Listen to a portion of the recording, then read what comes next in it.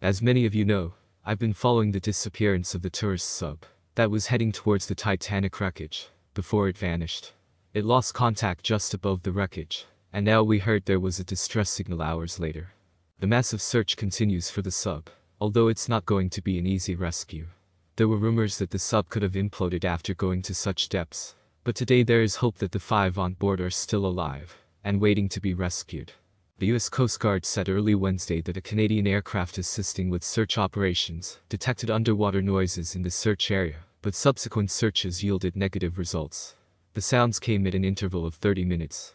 Furthermore, the Canadian aircraft also located a white rectangular object in the water.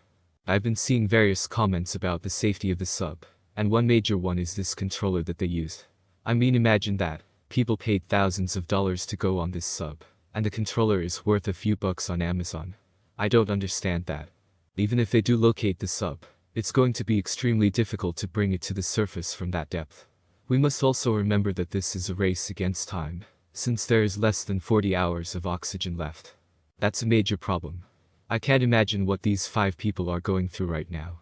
Probably some major panic, uncertainty, and the dire need to save oxygen as they wait for someone to rescue them.